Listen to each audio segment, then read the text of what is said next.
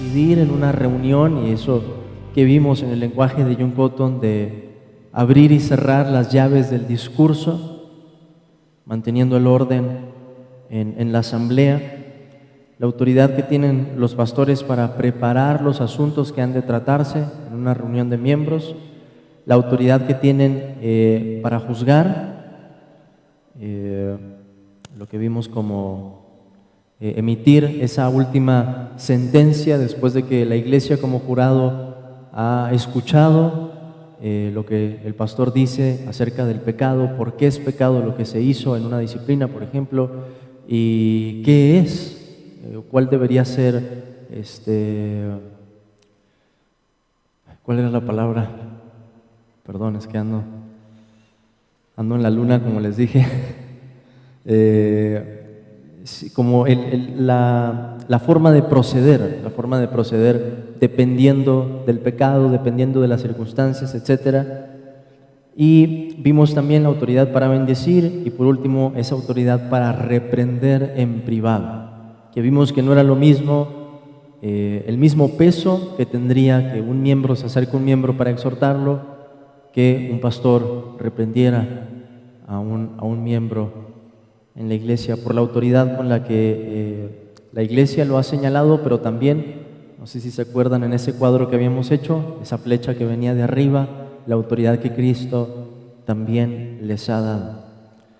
Entonces, las últimas dos funciones que tenemos hoy, la primera es participar en sínodos, es una de las funciones de esa autoridad. Participar en sínodos sería la número 10. Participar en sínodos. Y la última que vamos a ver hoy, la número 11, es la autoridad, lo voy a llamar apartarse aquí. Y ahorita vamos a ver ¿a qué se refiere cada una? En primer lugar, la autoridad para participar, formar y participar sínodos. Son los sínodos, son asambleas en las que se reúnen varios pastores o mensajeros enviados como representantes de las iglesias locales, respectivamente, para tratar algún asunto particular. ¿Cuándo es necesario o cuándo puede ser lícito el llamar o participar o hacer un sínodo? En primer lugar, bueno, seguimos aquí en el número 10, pero cuando la iglesia desea consejo o puede ser ayuda de las demás, cuando la iglesia necesita consejo o ayuda de otras iglesias. Un ejemplo, hermanos, que nos da John Cotton fue lo que pasó en Hechos capítulo 15. John Cotton describe ese primer concilio en Hechos capítulo 15 como un sínodo.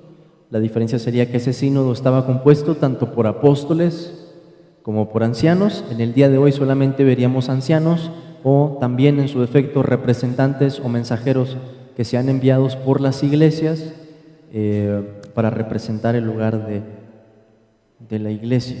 Lo que pasó en Hechos capítulo 15. En el contexto de esta situación, recuerdan que algunos empiezan a decir que había que circuncidarse como mandaba la ley de Moisés para poder ser salvos. Y a raíz de esa enseñanza que comienza allí, se empieza a hacer una discusión, algo que traía el peligro de distorsionar el mensaje del Evangelio, como de dividir a las iglesias que estaban en esa región. Y lo que ocurre en este caso, en las iglesias de Antioquía, lo que ocurre en este caso es que después de escuchar esas cosas que estaban ocurriendo y el mensaje que algunos traían de los fariseos, que habían salido de los fariseos y empezaban a enseñar, diciendo es necesario circuncidarlos y mandarles que guarden la ley de Moisés, Nos dice el versículo 6, y se reunieron los apóstoles y los ancianos para conocer de este asunto. Es decir, esto ya había escalado, no solo era algo local o en una sola iglesia, empezó a llegar a oídos de más personas, empezó a llegar a los ancianos y también a los apóstoles. ¿Y qué es lo que encontramos en el versículo 7? Que hay una discusión ahí, y después de mucha discusión, se nos dice. Lo que podemos deducir por la respuesta que da Pedro y después Jacobo es que estaban discutiendo lo que estas personas enseñaban. ¿Y por qué es comparable a esta situación, hermanos? Porque la forma de resolverlo no dependía solamente de una iglesia. Como ya había alcanzado, se había extendido, había escalado, es algo que ya implicaba a más iglesias. Y podría pasar algo semejante en el día de hoy, que quizá alguien en una comunión de iglesias se levanta y empieza a enseñar una doctrina que es difícil poder discernir, que es difícil distinguir, que es muy complicada y empieza a causar revuelo en las iglesias. Algunas personas empiezan a aceptarla. Se forma el peligro de que pueda haber una división o alguien empiece a creer algo que no debería, que va en contra de la confesión de fe que hemos abrazado. ¿Qué es lo que se debería de hacer? Bueno, para estos casos están los sínodos. Llamar a un grupo de pastores, y lo que esto asume es que debe haber una asociación de iglesias con las que podamos cooperar, que conozcamos, en las que se reúnen para deliberar cómo deberíamos responder a esta doctrina, qué deberíamos decir acerca de ella. Quizá algunos de ustedes saben, pero este es un debate que no tiene que ver con nuestro país, pero en Estados Unidos, con las cuestiones políticas que ha habido, de personas que hablan del conflicto racial que existe y han querido perpetuar ese mismo discurso. En muchas iglesias allá, hermanos, se empezó a hablar de algo, ha llegado algo de eso en nuestro país, pero le denominan justicia social, la justicia social. Y en Estados Unidos se convirtió en los últimos 4 o 5 años quizás en un tema de tanto debate, cosas que empezaron en la esfera política y después llegaron a la iglesia, que empezaron a causar división en las iglesias. Porque el mensaje ya no era solamente arrepiéntete de tus pecados, era arrepiéntete de la opresión que has causado por ser un blanco contra personas de tez negra. Y si vamos más a las consecuencias que eso trae y a seguir hablando de esa manera, vamos a terminar predicando algo diferente. Nuestro discurso se va a empezar a parecer más al de los políticos que a la reconciliación que el Evangelio trae entre judíos y gentiles, personas de todo pueblo, de toda lengua, de cualquier color. Y digo eso para ilustrar, hermanos, cómo muchos de nuestros hermanos en Estados Unidos se vieron en la necesidad de reunirse, pastores de diferentes denominaciones, y decir juntos, tenemos que responder a esto. Es algo que está afectando a nuestras iglesias y hay que demostrar la unidad que tenemos en esto. ¿Cómo respondemos?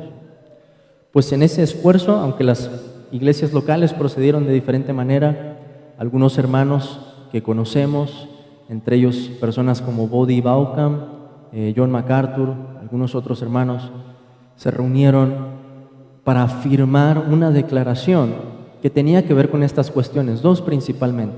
Cuestiones de género, qué es el hombre y qué es la mujer. Ese debate sí aplicaría quizás para nuestras iglesias en unos años más, por toda esa ola que se ha venido de la ideología de género. Y la otra cuestión era la cuestión racial. Los puntos de esa declaración definen qué es lo que la Escritura dice acerca de esas cuestiones, pero también hablan de cómo el énfasis debe estar en la reconciliación que el Evangelio ha traído. Entonces, solamente para poner un ejemplo, hermanos, de cómo se puede dar al día de hoy una situación similar en la que quizás de esta iglesia, quizás de alguna de las iglesias hermanas, alguien se levante, empiece a enseñar algo diferente y las personas se empiecen a confundir. Es lo que pasa con la falsa doctrina. Y nos veamos en la necesidad de decir, tenemos que dar una respuesta a esto. Este sería el rumbo a tomar, buscar un sínodo. Y fíjense que en ese sínodo que vemos en Hechos capítulo 15, encontramos allí, versículo 6, a los apóstoles y los ancianos. Interesante. Eso nos dice, según John Cotton, que la deliberación que tomaron aquí no era simplemente una decisión apostólica. Si el concilio hubiera sido decidido solamente por la autoridad de los apóstoles, ¿para qué llamar a los ancianos? ¿Qué necesidad habría de llamar a los pastores de las iglesias locales si los apóstoles en su propia autoridad podrían decir, esta es la deliberación que hemos tomado y esta es la resolución? Esta es la forma en que hay que proceder.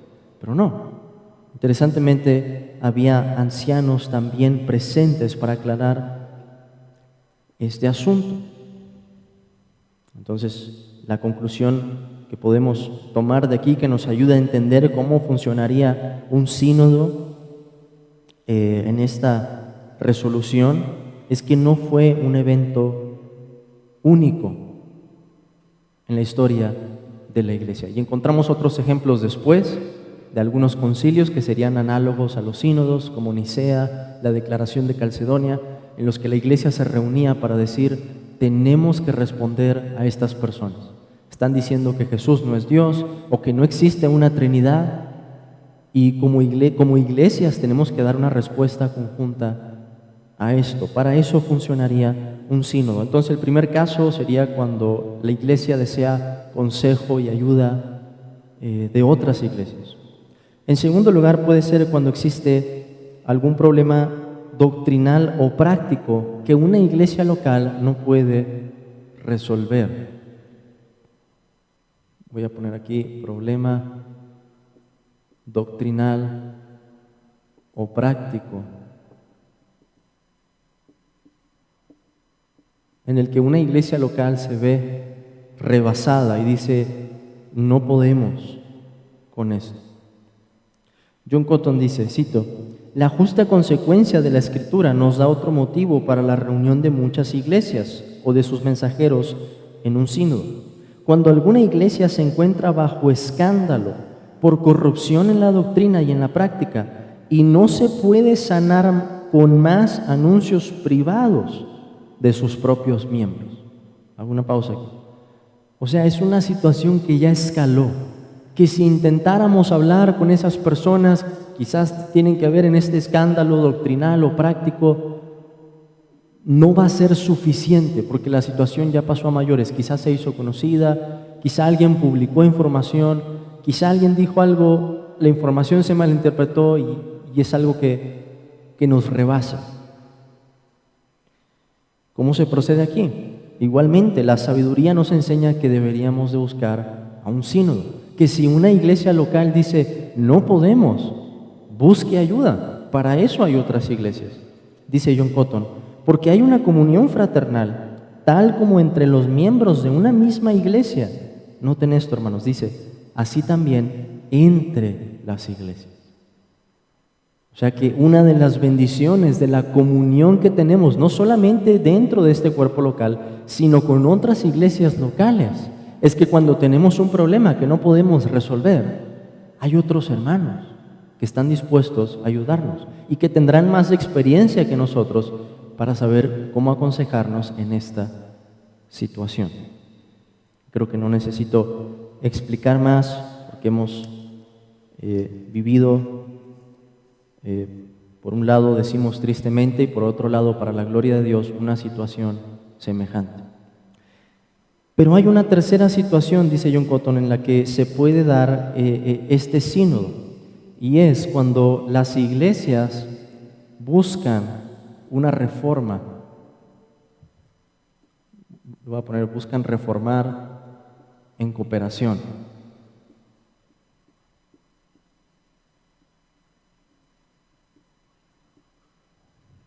¿Qué significa eso? Y creo que eso tiene algo que ver con el contexto en el que John Cotton lo escribe, el contexto en el que de repente, hermanos, en Inglaterra, la iglesia era protestante en un periodo de la historia, después con María la Sangrienta, Inglaterra se hace católica otra vez por declaración de la reina, y después de otro tiempo considerable, después de María, llega otra reina que vuelve otra vez a Inglaterra a ser protestante. Entonces imagínense cómo pasaron de repente en un periodo de la historia ser protestantes, a ser católicos y a ser otra vez protestantes. ¿Qué es lo que eso ocasionó? Que los que habían sido ordenados como sacerdotes mientras estaba María la reina, María la Sangrienta, después de ella, ¿qué iba a pasar con todas las iglesias locales que no tenían pastores, que tenían a un sacerdote? ¿Qué iban a hacer? Pues la idea fue, vamos a redactar una declaración conjunta, el libro de la oración común que tienen los anglicanos, con los 39 artículos de la iglesia anglicana, que son doctrina reformada, son doctrina protestante y reformada, y vamos a mandarles sermones a estos sacerdotes para que lean un mensaje del Evangelio. Entonces imagínense, hombres muertos leyendo un mensaje del Evangelio, ¿qué tienen al siguiente día? Pues automáticamente una iglesia que está corrompida, en la que se sigue celebrando la Eucaristía de la misma forma, en la que en un tiempo después, por obra de otro arzobispo, manda a quitar el púlpito y a dejar solamente el altar, y de repente otra vez se parecía mucho a la iglesia de Roma. Entonces, ese contexto, hermanos, de iglesia nacional ocasionaba que a veces una misma iglesia, una iglesia en todo el país se apartara. Así que John Cotton dice, puede acontecer que la condición de todas las iglesias en el país esté corrompida, dice él, y al discernir ellas mismas su corrupción, deseen reunirse y aconsejarse unas a otras para lograr una reforma general, rápida y segura. Más o menos el contexto de donde habría salido la confesión de fe de Westminster. Una iglesia nacional que se había corrompido y hombres que se empiezan a levantar, que el Señor empieza a salvar y les da convicción y dicen, tenemos que reformar esto, pero no se puede, no podemos hacerlo solos, necesitamos unirnos en esta causa.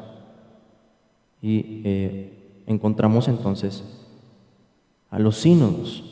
Dice John Cotton, y reuniéndose de esta manera y consultando juntas, renueven su pacto con Dios y concluyan y determinen un rumbo que pueda resultar en la sanidad pública y en la salvación de todos ellos. Y él comenta, esta era una práctica frecuente en el Antiguo Testamento. Y menciona en el tiempo del rey Asa, en el tiempo del rey Ezequías, en el tiempo del rey Josías, y es algo que vemos también en el tiempo de Esdras, en el que un rey llama a toda la nación en conjunto a que haya una reforma religiosa, de naturaleza religiosa, espiritual. John Cotton dice que este sería entonces un tercer caso, cuando ha habido una corrupción muy grande en una iglesia como era la iglesia de Inglaterra, y en conjunto muchos ministros, muchas iglesias locales buscan cooperar para lograr una reforma. Después de esto, hermanos, ¿en qué casos se dan los sínodos? Hay que considerar, ¿y cuál es la autoridad de los sínodos? Esto es lo importante aquí, ¿cuál es la autoridad de los sínodos? Si hay situaciones legítimas para celebrar sínodos, hay que responder, bueno, ¿y cuál va a ser la autoridad de la decisión que vayan a tomar? ¿Qué es lo que va a cambiar? Lo que digan ellos. John Cotton contesta diciendo que los sínodos no solo dan consejo. Él dice, cito, tienen el poder por la gracia de Cristo, no solo de traer luz y consejo en asuntos de verdad y práctica, sino que también de mandar e imponer las cosas que deben ser creídas y practicadas. Las palabras expresas de la carta del sínodo implican no menos que esto. Y él cita Hechos 15, 28. Noten lo que dice Hechos 15, 28.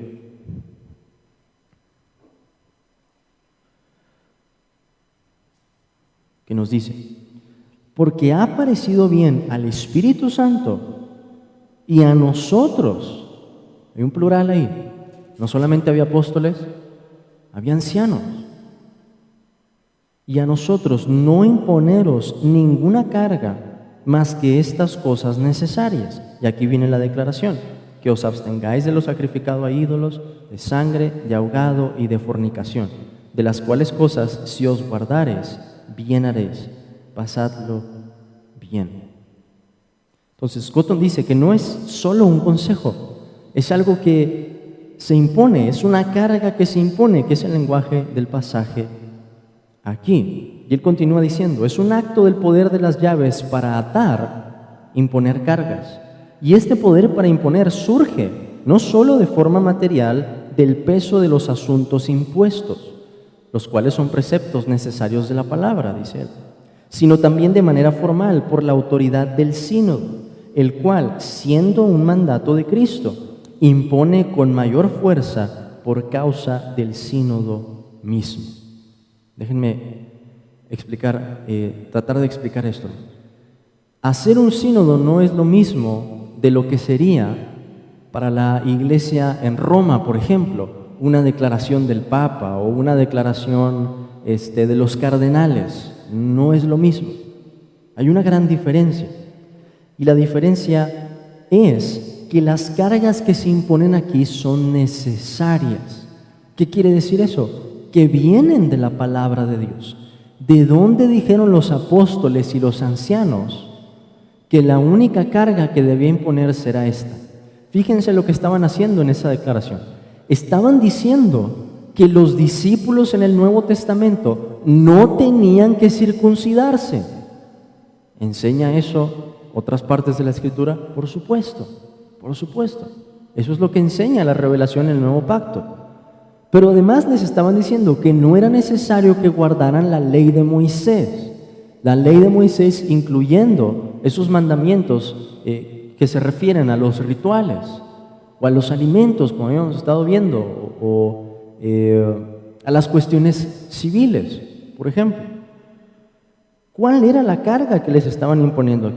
Que se abstuvieran de lo sacrificado a ídolos, de sangre, de ahogado y de fornicación. Y alguien puede decir: hermano, pero allá hay cosas rituales.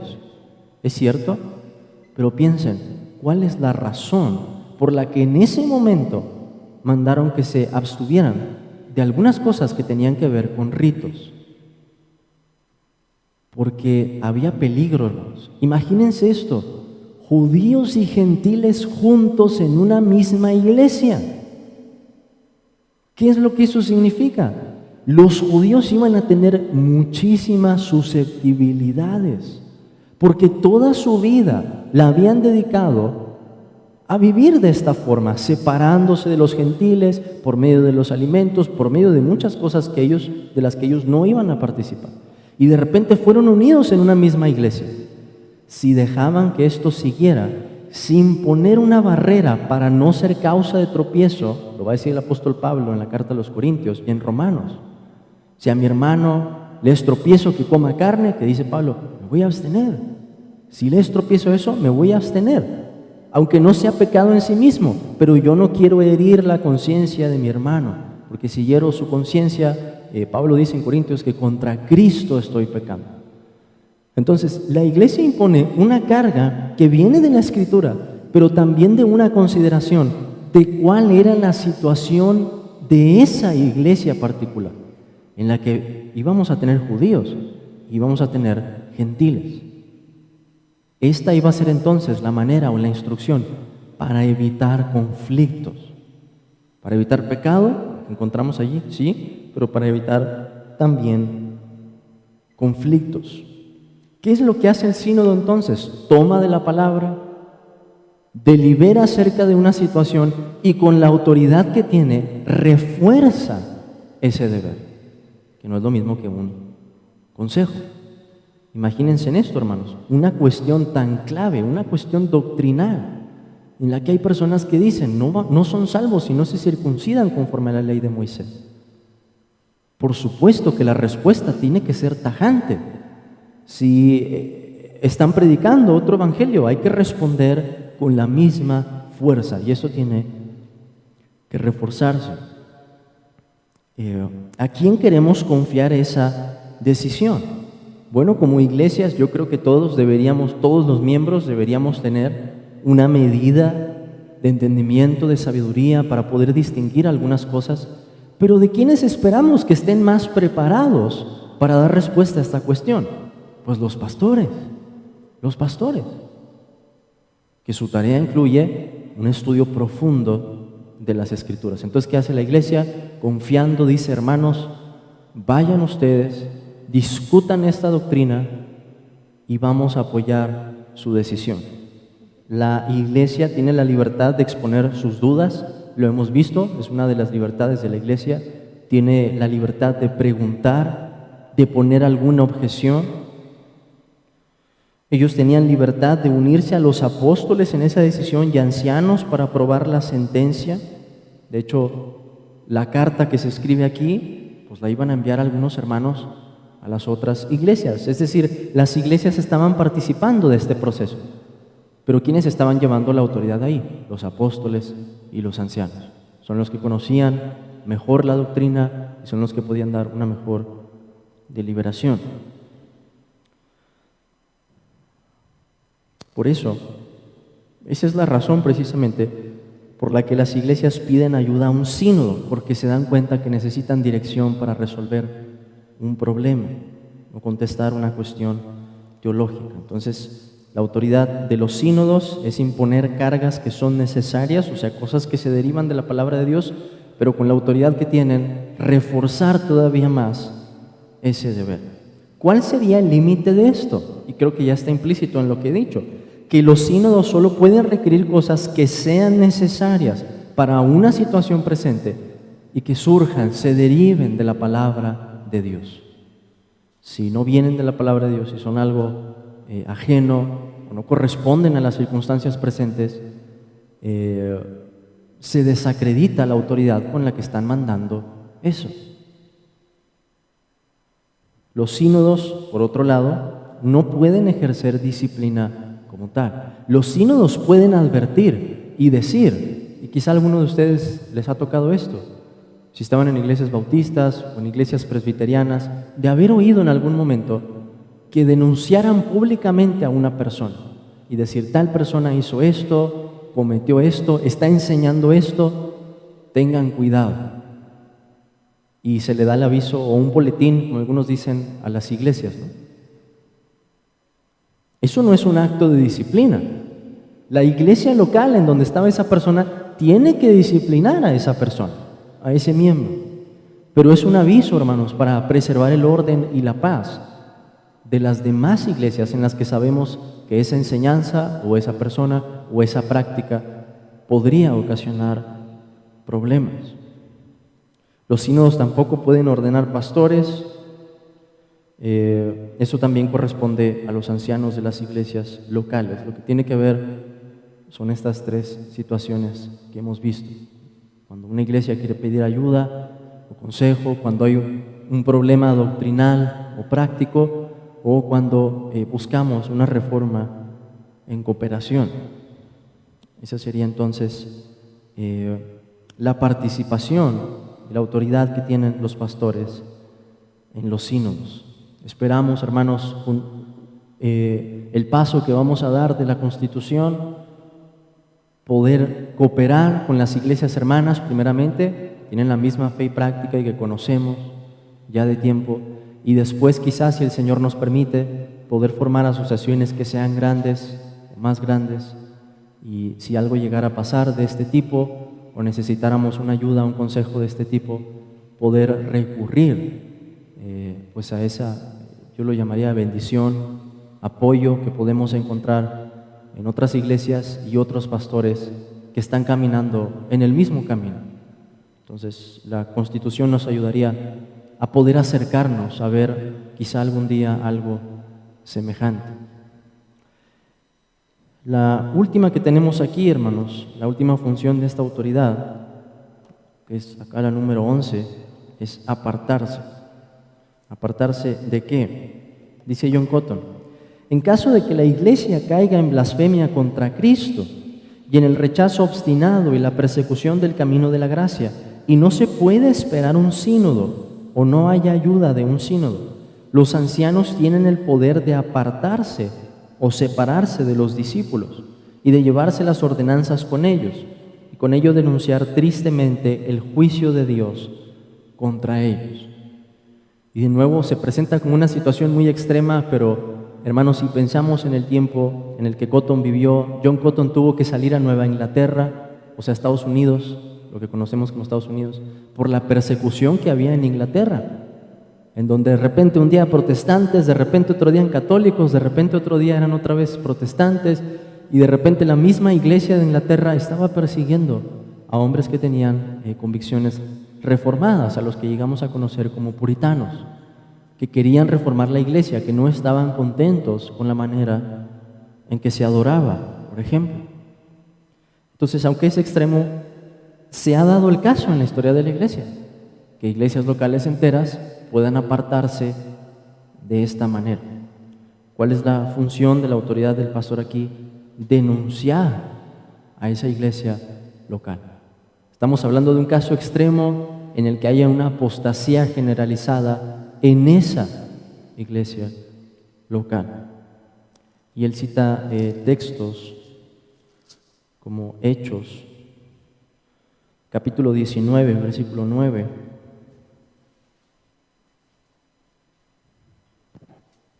En un contexto diferente, obviamente, pero hemos visto cómo Cotton intenta tomar los principios detrás de esos pasajes. Cuando Pablo predicaba, iba en primer lugar a las sinagogas. Y en el versículo 9, cuando Pablo estaba predicando en esas sinagogas, se nos dice, pero endureciéndose algunos y no creyendo, maldiciendo el camino. El camino es el evangelio, es el cristianismo. Así se le llama en el libro de los Hechos. Delante de la multitud se apartó Pablo de ellos y separó a los discípulos, discutiendo cada día en la escuela de uno llamado Tirano.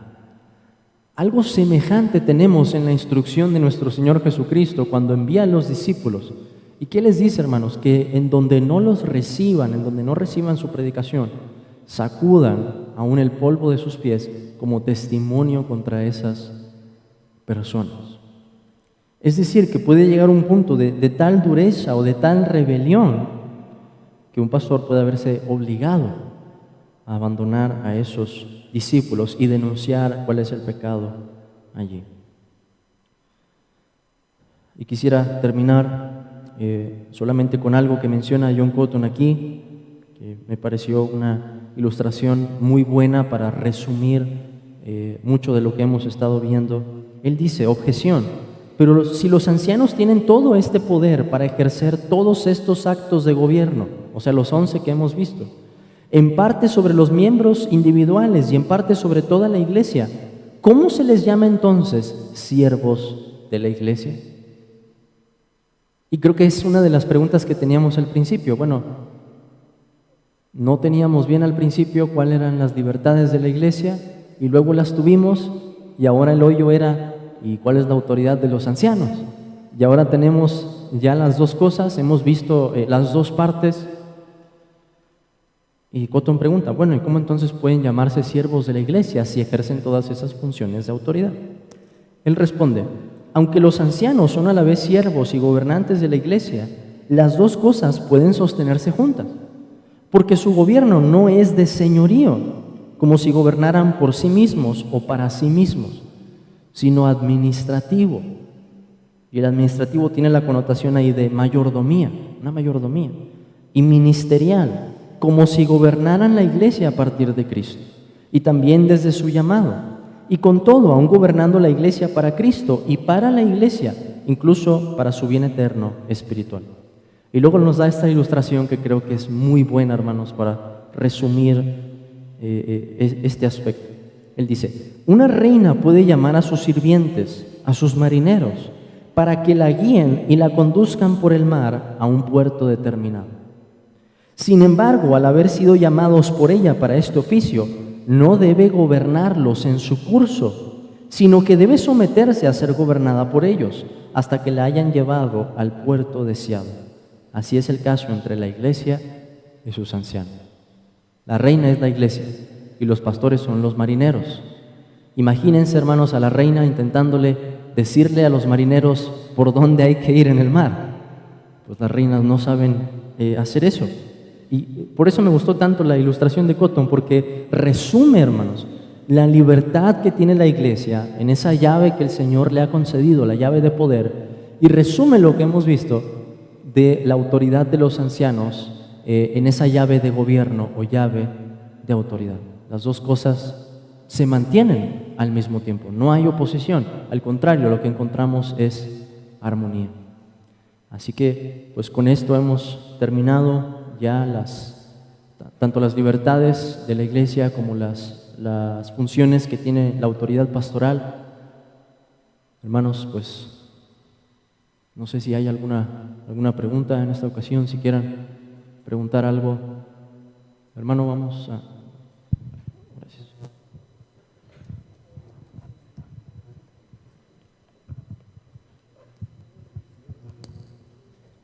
Hermano, visto y considerando a nuestros hermanos de siglos pasados, reformadores puritanos, que formaron estos concilios y que formularon diferentes confesiones, por ejemplo, la confesión de fe, y que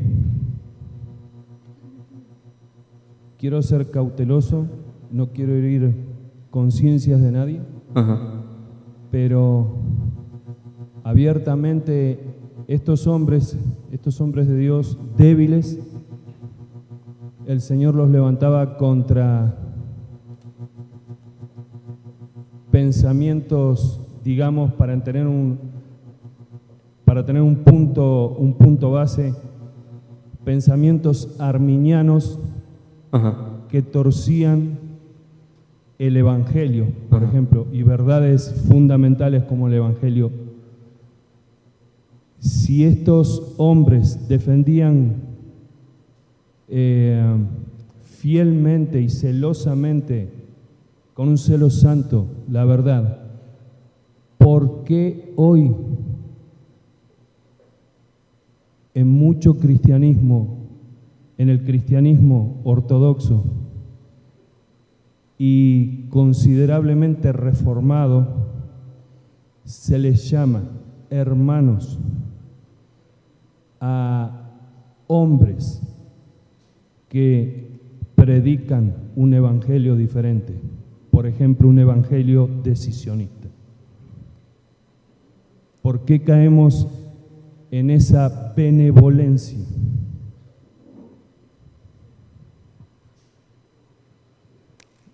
Para ver si entendí, hermano.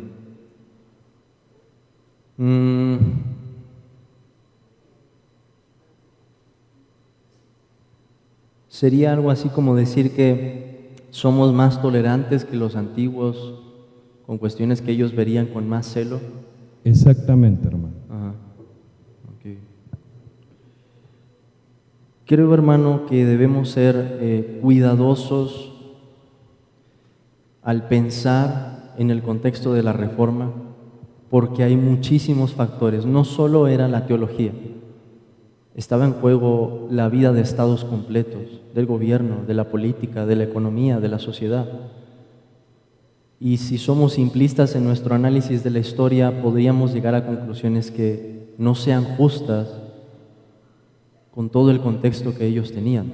Por decirlo de esta manera, hermanos, comparen en un reino, vamos a poner católicos romanos contra protestantes. ¿Cómo uno se hace católico romano? Uno nace siendo católico romano. Uno no decide hacerse católico romano, a uno lo hacen católico romano.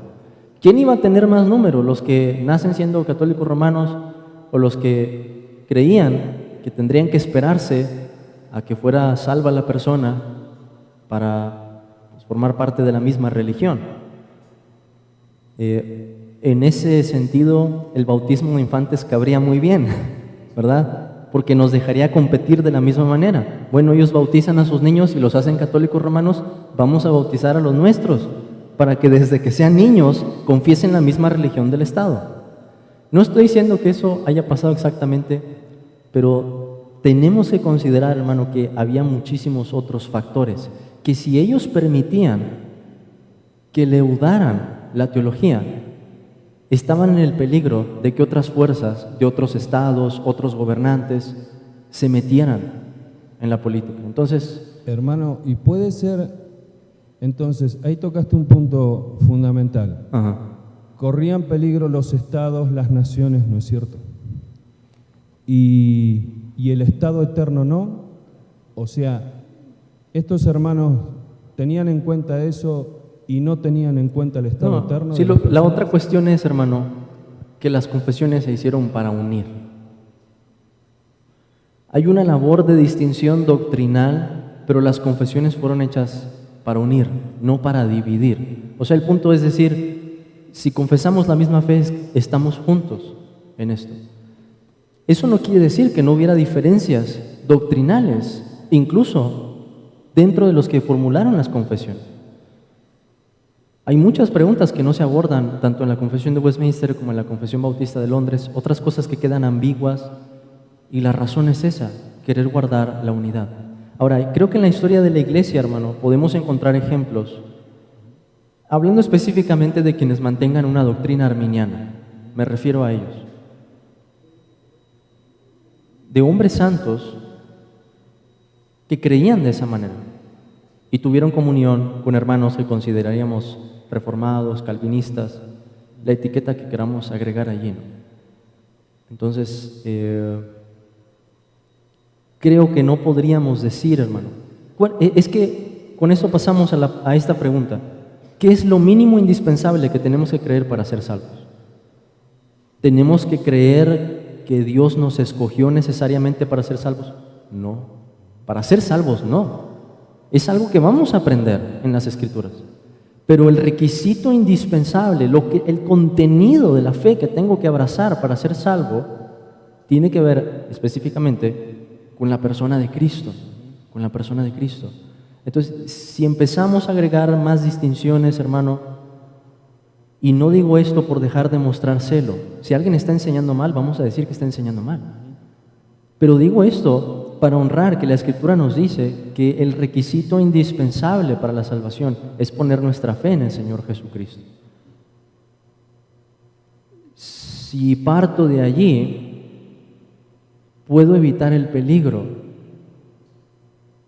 de levantar cosas o barreras que Dios no ha levantado. Y voy a esto, hermano.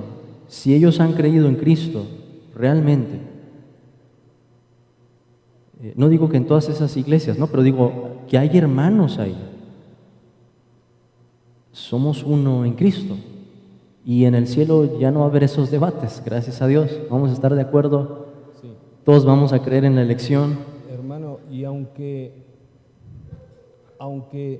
esa enseñanza me lleve a creer en un Cristo diferente al de las Escrituras, Es que ¿qué es un Cristo diferente, hermano? Si confiesan la deidad de Cristo, si abrazan el credo de Nicea, si abrazan la declaración de Calcedonia, como cualquier arminiano respetable lo haría, están creyendo en el mismo Señor. ¿Sí me explico? O sea, es que tenemos que pasar a cuál es el requisito indispensable. Si es cierto que están enseñando mal, como también nosotros podríamos estar enseñando cosas que no vemos ahorita, que no alcanzamos a ver ahorita. Entonces, tiene que ver con eso, hermano. Tiene que ver con eso. Gracias, hermano.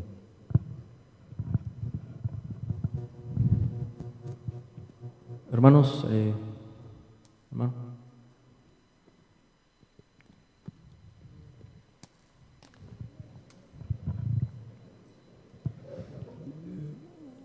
Hermano,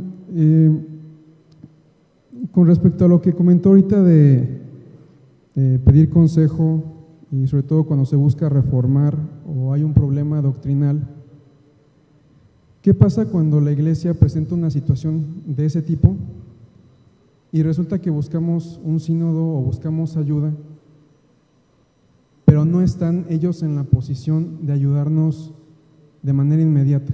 O sea, no están a lo mejor ellos ocupados con situaciones de su iglesia, a lo mejor ayudando a otros hermanos. Debemos de buscar Otra opción, suponiendo que nosotros consideramos que ellos, pues, digamos como lo que pasó con nosotros, ¿no? Misma confesión, todo. O deberíamos determinar un tiempo como límite para poder arreglar ese asunto. ¿Sabes qué? Lo que podemos esperar es 1 mes, 2 meses, en caso de que tengamos que esperar, o debemos de buscar otra opción. Es de esas preguntas en las que la respuesta siempre es depende. Depende de la gravedad de la situación, depende del problema. Hay muchas formas en que se puede pedir consejo sin tener que llegar a un sínodo, y a veces eso resuelve la situación. Algo urgente, yo creo, hermano, que si fuera algo realmente urgente, las otras iglesias dejarían lo que es menos urgente para apoyar en esa situación. Supongamos una situación doctrinal como en Hechos capítulo 15, algo que sea de verdad un escándalo para la iglesia, que tenga proporciones nacionales, quizás para una denominación grande. O sea, creo que sería lo primero que se pondría en la mesa en ese caso, ¿no? Entonces, siempre va a depender de la gravedad, de las circunstancias, de si hay manera de resolverlo y quizá los hermanos que están ahí no la pueden ver, o si tiene que intervenir un sínodo. Sí, gracias. Hermano, cuando una iglesia pide ayuda a un sínodo, la autoridad que éste tiene de parte del Señor, hablo del sínodo, y la recomendación que emiten, ¿es mayor o igual que la autoridad que tiene la iglesia local? Buena pregunta, hermano. Y si la iglesia está pidiendo el sínodo, de alguna otra forma está plenamente comprometido a que la recomendación que dé o que emite el sínodo en acatarla. ¿Sí es correcto? Sí, creo que la respuesta sería que esas autoridades no están compitiendo. Así como pensamos en las llaves, la iglesia llama o requiere que haya un sínodo, ¿no? Y que el pastor pueda participar en uno también. Entonces, en ese sentido, la iglesia misma, al confesar su necesidad y decir necesitamos buscar a alguien, está haciendo un uso de su libertad. Al mismo tiempo, los pastores están ejerciendo esa autoridad que es ministerial. Entonces, creo que lo correcto no sería ver una autoridad por encima de otra, sino otra vez esas dos autoridades actuando de forma armoniosa para que haya orden en las iglesias.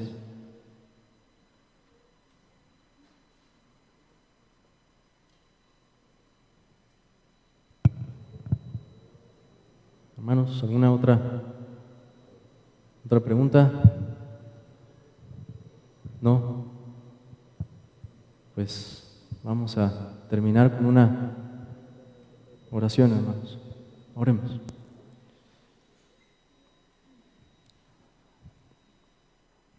Señor, te damos gracias, Padre, por este tiempo. Gracias por tu sabiduría en formar a la iglesia